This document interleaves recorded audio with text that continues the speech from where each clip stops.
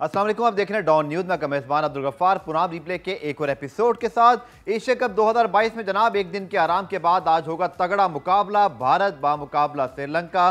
भारत के लिए ऑलमोस्ट ये एक डू और डाई मैच है। श्रीलंका ये मैच जीतने की सूरत में फाइनल में अपनी रसाई की उम्मीदों को तकरीबन यकीनी बना लेगा।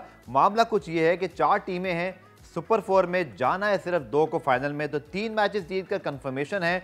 2 मैचेस जीतकर अगर 3 टीमें 4 पॉइंट हासिल करती हैं तो फिर रन रेट में बात जा सकती है। तो अभी हम ये कहना मुश्किल है कि कौन सी टीमें आगे जाएंगी और कौन सी टीम बाहर हो सकती है, लेकिन भारत के लिए अब गलती की गुंजाइश नहीं। पाकिस्तान से शिकस्त के बाद अब उनको आज के मैच में लाजमी कामयाबी दरकार है। इसके साथ बात करेंगे जनाब, पाकिस्तान अपना दूसरा मैच सुपर 4 में कल खेलेगा अफगानिस्तान के खिलाफ। पाकिस्तान टीम के कप्तान बाबर आजम ने आज मीडिया टॉक भी की दुबई में, जहां उन्होंने गेम प्लान बताया। इसके साथ साथ जो मोहम्मद रिजवान की इंजरी है जिसके हवाले से आज कोई हतमी अपडेट आनी है, लेकिन पाकिस्तान टीम मैनेजमेंट कॉन्फिडेंट है कि इंशाल्लाह मोहम्मद रिजवान टूर्नामेंट के बाकी मैचेस खेलेंगे।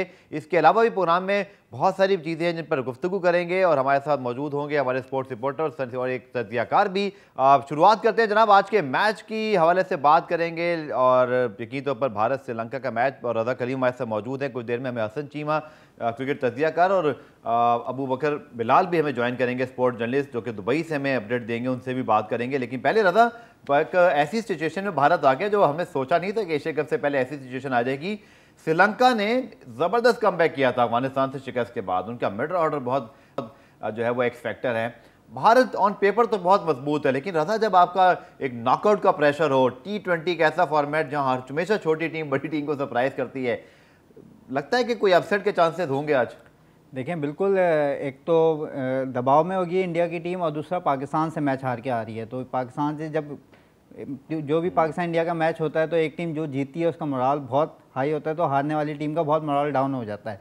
तो मेरे ख्याल से ये एक एक्स्ट्रा प्रेशर होगा इंडिया के ऊपर। लेकिन श्रीलंका की टीम, क्योंकि देखें 2 बड़े मैच जीत के आ रही है, उनके लिए वो नॉकआउट मैचेस ही थे। जिस तरीके से उन्होंने पहले बांग्लादेश को हराया, फिर अफगानिस्तान को, शारजा के ग्राउंड में कोई एक्सपेक्ट भी नहीं कर रहा था कि अफगानिस्तान के खिलाफ श्रीलंका कामयाबी हासिल करेगी। लेकिन जिस तरीके से उन्होंने कामयाबी हासिल की, जैसे उनका मिडिल ऑर्डर खेला, सब ने छोटी छोटी इनिंग्स खेली लेकिन पूरी टीम एफर्ट थी। तो मेरे ख्याल से ये श्रीलंका की एक प्लस पॉइंट है कि पूरी टीम परफॉर्म कर रही है। जैसे रज़ा ने कहा ना, मुझे वो एक मुहावरा है, कतरा कतरा दरिया बनता है। तो T20 में एक छोटी छोटी इनिंग कॉम्बिनेशन बनते बनते स्ट्राइक रेट अगर आपका अच्छा हो, इंटेंट अच्छी हो, तो मैच में आप बहुत तेजी से आगे चलते हैं। और ये रज़ा का बिल्कुल ठीक पॉइंट है कि उनका मिडल ऑर्डर एक उनकी जान है, जहां पे सब बहुत अच्छे स्ट्रोक मेकर्स हैं।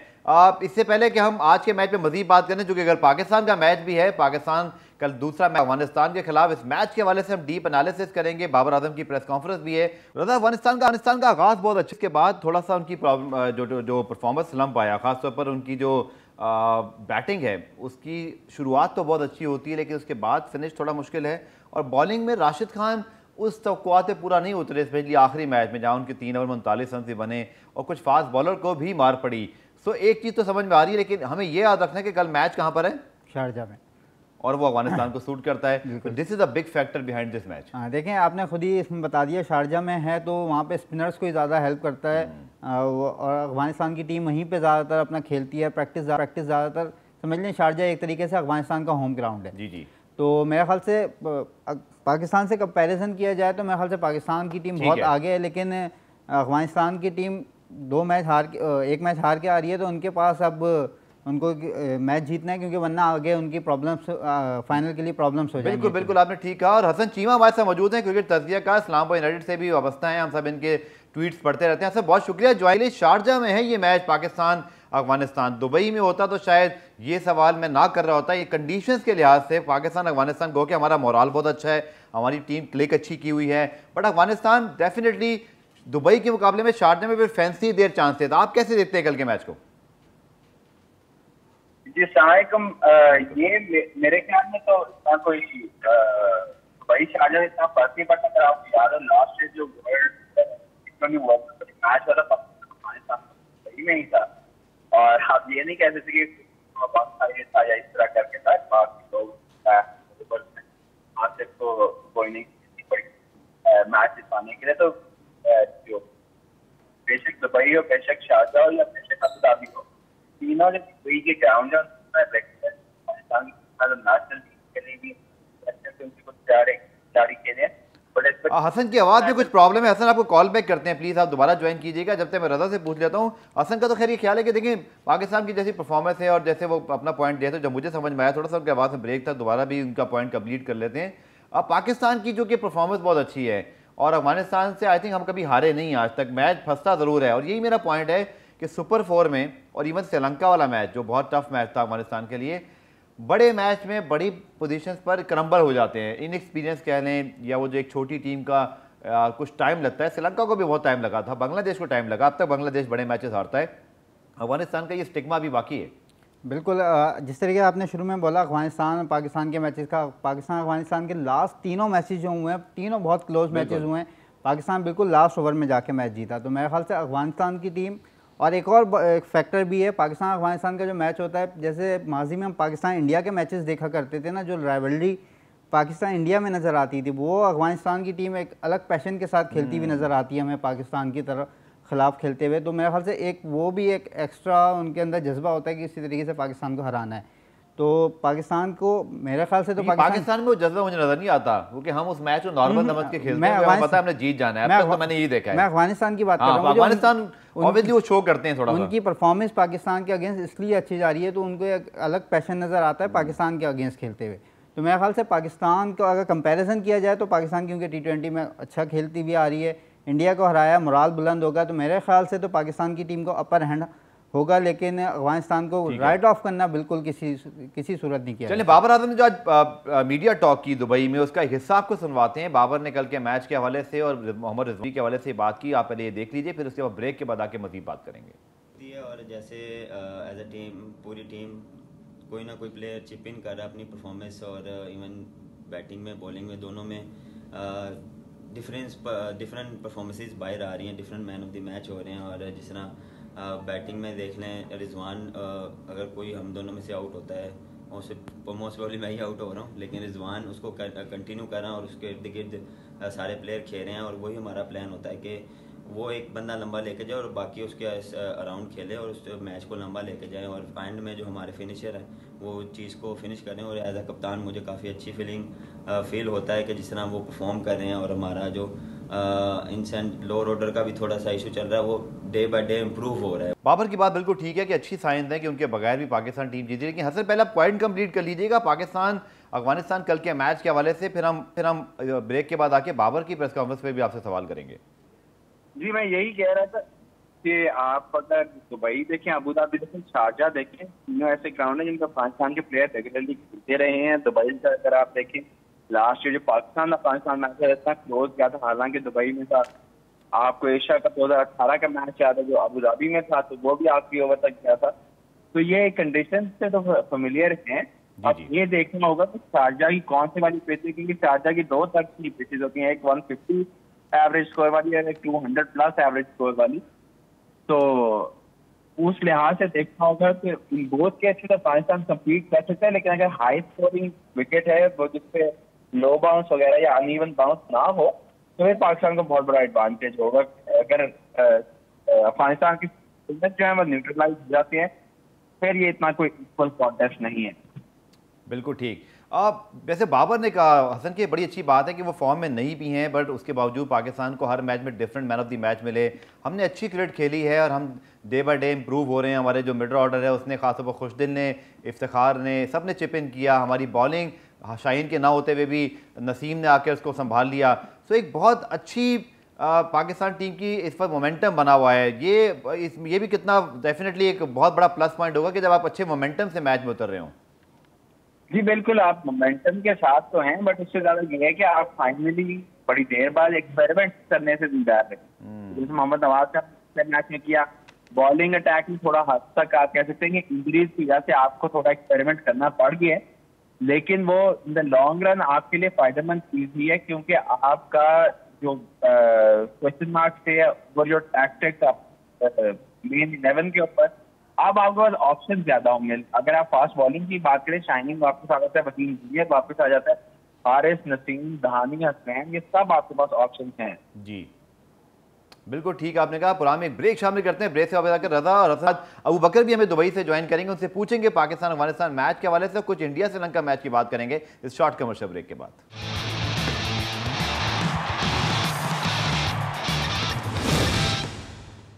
पुराव रिप्ले में खुशामदीद। और जनाब एशिया कप 2022 के हवाले से हम बात कर रहे हैं। हम पाकिस्तान में बैठ के तो बात कर रहे हैं कि दुबई में मौजूद है स्पोर्ट्स जर्नलिस्ट अबू बकर बिलाल, उनसे जानते हैं जिस पर ICC अकेडमी में मौजूद है। अब से कुछ देर बाद उमर गुल की प्रेस कॉन्फ्रेंस भी है, अफगानिस्तान के जो बॉलिंग कोच हैं।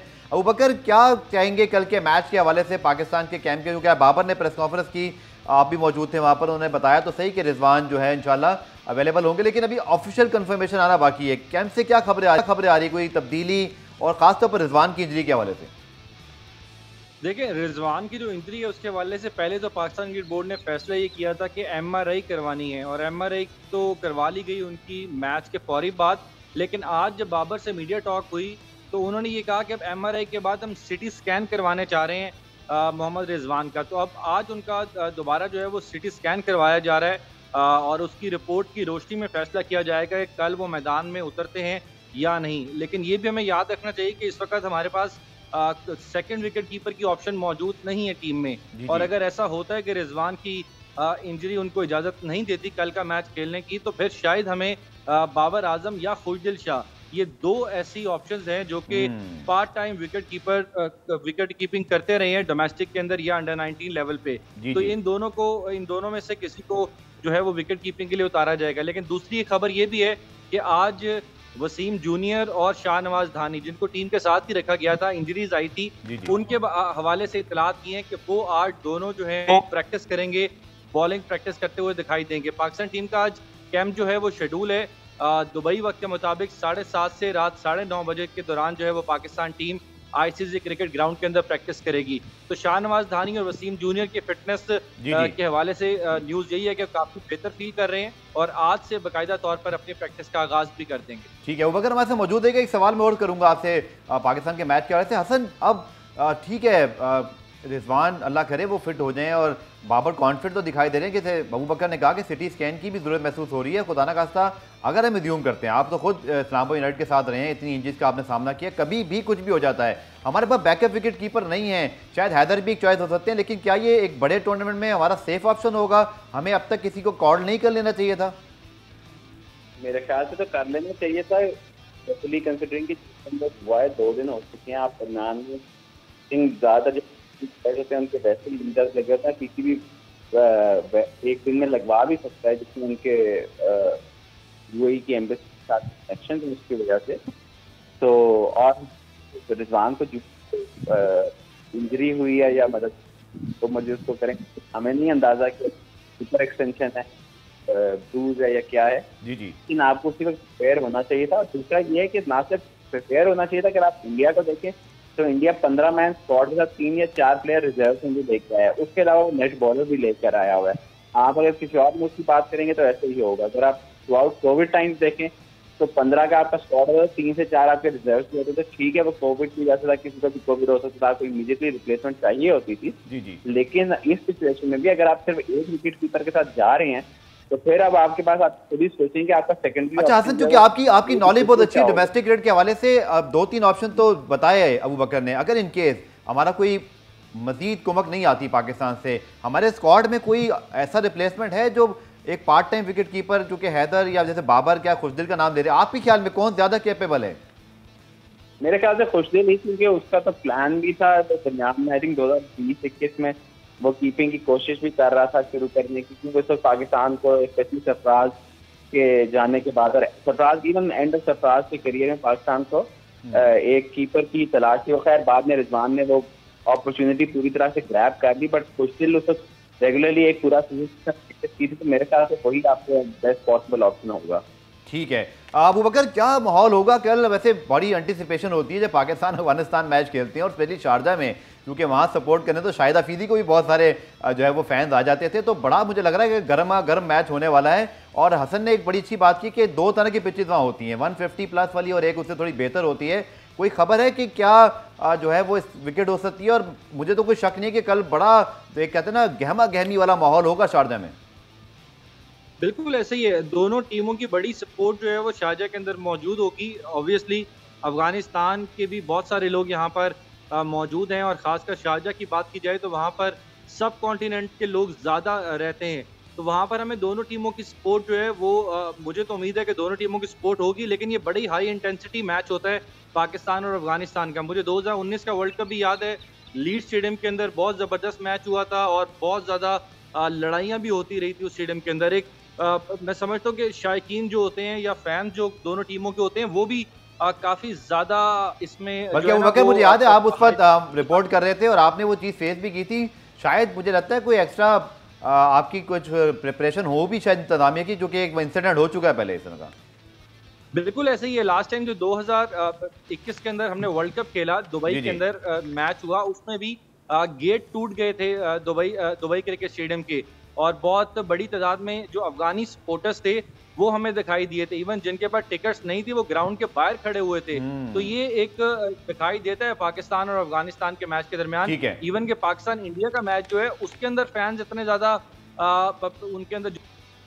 ठीक है, चलें, बहुत बहुत शुक्रिया अबूबकर। खासतौर पर आप आईसीसी अकेडमी में बड़ी शदीद गर्मी वहाँ पर होती है, तो आप भी ज़रा पानी वानी पी लीजिए और प्रेस कॉन्फ्रेंस आने वाली वो भी अटेंड कीजिए। पुरान में ब्रेक शामिल करते हैं। ब्रेक से वापस आकर रजा से और फिर हसन से बात करेंगे इंडिया श्रीलंका के मैच के हवाले से कि क्या आज के मैच की एंटिसिपेशन हो सकती है शॉर्ट प्रोफेशनल ब्रेक के बाद।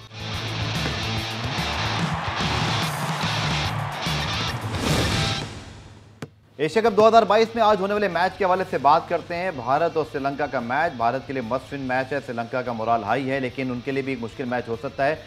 तो हसन, पाकिस्तान भारत कभी एशिया कप का फाइनल नहीं खेले और एक दफ़ा क्या ये फिर एक दफ़ा ऐसी कुछ सिचुएशन तो नहीं बन जाएगी कि हम मुंतज़िर रहें कि इस एशिया कप में दो जायंट्स कभी आमने सामने। और आज का मैच श्रीलंका का मिडल ऑर्डर एकदम से बड़ा एक्सपेक्टर दिखाई देता है। कुछ बॉलिंग की रिसोर्सेज कम है, बट भारत ऑन पेपर मजबूत है। आपका क्या तज़किया आज के मैच के हवाले से? जहाँ तक फाइनल की बात है वो तो खैर आप कुछ भी नहीं प्रिडिक्ट कर सकते। स्पोर्ट्स में कुछ भी प्रिडिक्ट करना जो है गलती मुझे लगती है। आज के मैच की जहाँ तक बात है तो श्रीलंका का आहिस्ता आहिस्ता ऐसे लग रहा है कि वो जो संगकारा, महेला, मालिंगा वाली जो टीम थी उसके बाद जो उनका एक फेज आया था काफी एवरेज था, अब फाइनली कमबैक करना शुरू हो गए। अगर आप इस साल आईपीएल देखें तो भानुका वानिंदो बड़े बेहतरीन परफॉर्मेंस है उनके इस साल। महेश दीक्षाना चेन्नई के लिए एंड में जाके बड़ा अच्छा खेले थे। आपके कई और प्लेयर हैं, दफन शांति कप्तान भी हैं, वो भी इसके बड़ी लीग खेल चुके हैं। तो फाइनली एक जनरेशन आना शुरू होगी जिसमें पाकिस्तान की 2016-17 में आई थी जो चैंपियंस ट्रॉफी जीती थी, और ये अब जो आपके सामने आ रही है पीएसएल वाले जो प्लेयर थे उसी तरह अब एक वो एलपीएल वाली जो जनरेशन आ रही है श्रीलंका की, वो उनके लिए फायदेमंद होगी। लेकिन अभी तक वो उस मुकाम पे मेरा नहीं ख्याल पहुंचे हैं कि मतलब वो इंडिया के साथ रेगुलरली कम्पीट कर सकें। अगर आज कर लिया तो वो एक अपसेट सा मैच हो सकता है। हाथरंगा पे बहुत डिपेंड करेंगे, अपनी बैटिंग यूनिट पर बहुत डिपेंड करेंगे। लेकिन अभी भी उनका जो इशू है वो ये है कि उनकी जो फास्ट बॉलिंग है उसमें कोई भी आज सच लीडर या कोई इस तरह का प्लेयर नहीं है जो कि स्टैंड अप कर सके जिससे दूसरी टीम जो है उसको डर हो।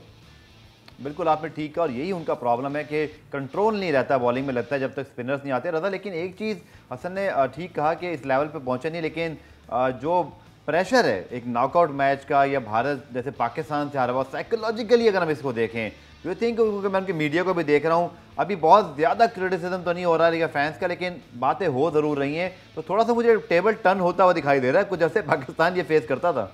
बिल्कुल, देखें श्रीलंका की टीम पे देखें कोई दबाव नहीं है, वो बिल्कुल फ्री होके खेलेंगे क्योंकि उनके पास एक और चांस भी रहेगा, एक चांस भी है, और दूसरा मतलब लोगों की एक्सपेक्टेशन भी नहीं है। अच्छा कर दिया तो वेल एंड गुड, तारीफ है, बुरा भी कर देंगे तो लोग यही है कि टीम ने अच्छा किया। लेकिन दूसरी तरफ इंडिया की टीम के ऊपर दबाव होगा, एक तो पाकिस्तान से हार के आ रही है, ऊपर से अगर ये हार गए तो समझ लें उसके बाद फिर अगर मगर की सिचुएशन है, उसके बाद इंडिया का क्वालिफाई करना बहुत मुश्किल हो जाएगा। तो मेरे ख्याल से श्रीलंका इस एज का फ़ायदा उठा सकता है क्योंकि उनके पास वो एक्स फैक्टर वाले ज़रूर प्लेयर हैं जो कि श्रीलंका को मैच जितवा सकते हैं। ठीक है, ब्रेक पे जाने से पहले हसन आखिरी सवाल आपसे कि विराट कोहली की अगर प्रेस कॉन्फ्रेंस देखें थोड़ी सी तरह ऐसे लगा जो इमोशनल टाइप है, कुछ ऐसी चीज़ें लग रही हैं मुझे अनकरेस्टेड जो है ना वो इंडिया लग रहा है, जो एक ज़माने में धोनी हर चीज़ बड़ी परफेक्ट होती थी, थोड़ा सा ऐसे फील आता है जैसे कहीं कोई मसला है। और फिर परफॉर्मेंस इंजरीज भी वहाँ पर हुई हैं, हमें ये भी याद रखना है बुमराह नहीं खेल रहे, हमें जडेजा का फैक्टर भी याद रखना है। तो थोड़ा सा आप देखते हैं कि वो जो सिचुएशन है वो थोड़ी तब्दील हुई है, ये चीज़ें भी असरअंदाज होती हैं जो कि आप भी एक टीम मैनेज करते हैं कि आउटसाइड फैक्टर्स भी होते हैं। हाँ, आउटसाइड फैक्टर्स भी होते हैं, लेकिन आई थिंक ये कोहली के लिए इंडिविजुअली बड़ी इंपॉर्टेंट है। कोहली अगर आप पिछले देखें पिछले 3-4 साल से जब वो इंडिया के कप्तान भी थे, देसी कल्चर में बहुत कम गुफ्तगू होती है मेंटल हेल्थ के ऊपर या आपके ऊपर जो गुजर रहा होता है उसके ऊपर। आमतौर पर उस तरह के प्लेयर्स और नॉन स्पोर्ट्समैन भी इस तरह की बातें ज़्यादा नहीं करते। कोहली इस चीज़ के, इस मूवमेंट के भी एक फोरफ्रंट पे रहे हैं, इन चीज़ों की रेगुलर गुफ्तगू करते रहे हैं। और आई थिंक ये आप आउट द वर्ल्ड देखेंगे, आप बेन स्टोक्स का भी देखा, उन्होंने अपनी जो मेंटल हेल्थ के बारे में पिछले साल डेढ़ में जब बात हुई, अभी रिसेंटली जो की थी वो आपको सामने बातें हो रही थी। तो ये ज़्यादा से ज़्यादा प्लेयर आप देखेंगे इस तरह की बात करते हुए, क्योंकि आपको अब पहले यही डर होता था कि आप इस तरह की कोई बात करोगे तो लोग समझेंगे एक्सक्यूज बना रहा है, या लोग कहेंगे कि कोई एवरेज प्लेयर को कहेंगे कि वो हमेशा बहाना ढूंढते हैं अपनी नाकामियों का। जब बेन स्टोक्स या विराट कोहली जैसे प्लेयर्स इस तरह की बात करते हैं तो वो एक फ्रीडम उनके पास होता है, बिकॉज वो एक प्रूवन परफॉर्मर्स हैं, ऑल टाइम ग्रेट्स में से हैं, तो इस वजह से उनके लिए आसान हो जाता है। तो एक तो जो कोहली की प्रेस कॉन्फ्रेंस थी वो बड़ी वाज़ेह थी इस मामले में। दूसरा यह है कि कोहली बड़े अच्छे से कप्तानी छोड़ी, कोई प्रेस कॉन्फ्रेंस ऐसा नहीं की थी, एक तो ब्रॉडकास्ट पे इंटरव्यूज किए थे, बट आई थिंक ये उनकी पहली प्रेस कॉन्फ्रेंस थी जहाँ पे आके, तो उसमें कई उन्होंने बातें की जो खासतौर पर जो उन्होंने बात की थी कि किसी ने मुझे मैसेज नहीं किया MS धोनी के अलावा, तो आई थिंक बड़ी पॉइंटेड स्टेटमेंट थी। तो उससे मतलब इंटरेस्टिंग बात यह है कि शायद with in the Indian team इतना मसला ना हो, लेकिन इंडिया की इस जनरेशन और इंडिया की पिछली जनरेशन के दरमियान में शायद थोड़े इख्तलाफ हो। जहाँ तक इस इंडियन टीम की बात है, ऑब्वियसली आई थिंक जो एक लेसन उनको मिल रहा है थ्रू आउट दिस टूर्नामेंट, वो यही है कि आपको इवन हांगकॉन्ग के खिलाफ आपने 150 कंसीड किया, पाकिस्तान के खिलाफ 180 चेस करा दिया, कि जसप्रीत बुमराह के बगैर क्या ये टीम कम्पीट कर पाई, ये कि नहीं। वो इस टूर्नामेंट में से 3 मेन फास्ट बॉलर लेकर आए थे, हार्दिक पांड्या चौथे फास्ट बॉलर थे, एक्सपेक्टेशन यही थी, तवक्कुआत यही थी कि उनके स्पिनर स्टैंड अप करेंगे, और स्पिनर क्योंकि दुबई शारजा में स्टेडियम में मैचेस हो रहे हैं तो यहाँ पे डोमिनेट करेंगे। लेकिन अगर आपको लास्ट ईयर का T20 वर्ल्ड कप याद हो तो आपको वरुण चक्रवर्ती को लेकर आए थे, वो भी कामयाब नहीं हुए, और तब यही बात होनी थी कि युजवेंद्र चहल को ना लेकर आना एक बहुत बड़ी गलती थी। अब चहल आए हैं तो वो उस तरह से नहीं हो पाए। हसन, बहुत बहुत शुक्रिया, टाइम की कमी थी, लेकिन आपका पॉइंट मैं समझ गया कि जो प्रॉब्लम्स हैं वो उसके स्पिन या स्पेशलिस्ट्स है बुमराह की बहुत वो मैटर कर रही है। आपका शुक्रिया प्रोग्राम में ज्वाइन करने के लिए। आखिरी पार्ट में आकर कुछ मैच के बारे से मजीद बात करेंगे रजा से, हमारे साथ मौजूद रहेगा।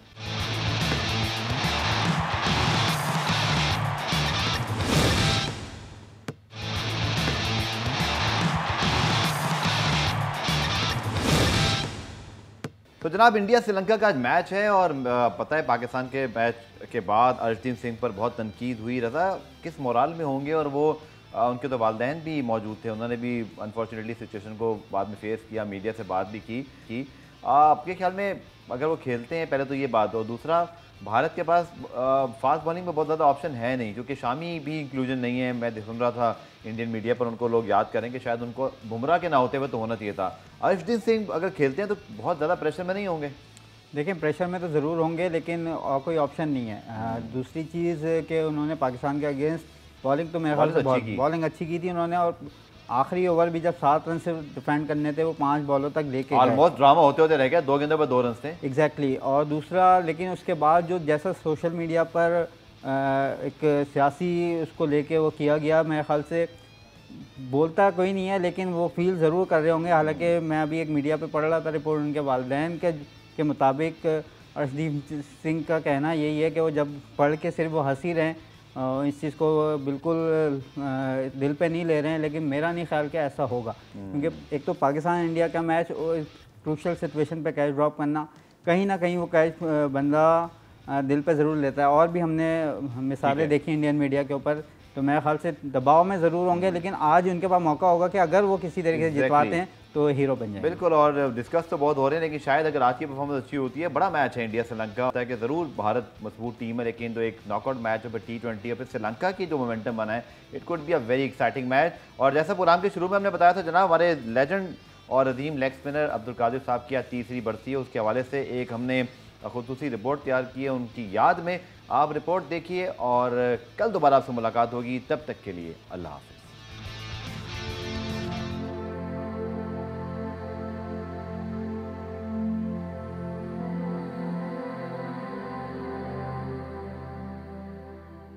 पाकिस्तान के अजीम लेग स्पिनर अब्दुल कादिर 6 सितंबर 2019 को लाहौर में दिल का दौरा पड़ने से इंतकाल कर गए थे। मरहूम की यादें आज भी उनके परस्तारों और अहले खाना के दिलों में जिंदा हैं। लेजेंडरी लेग स्पिनर ने क्रिकेट के मैदानों पर पाकिस्तान को बेशुमार फतुहात दिलवाई। अब्दुल कादिर ने 1977 में करियर का आगाज किया और 67 टेस्ट में 236 विकेटें हासिल की। 104 वनडे में उन्होंने 132 बैट्समैनों को पवेलियन की राह दिखाई। There's a chance. David Hooks has gone well and truly stumped.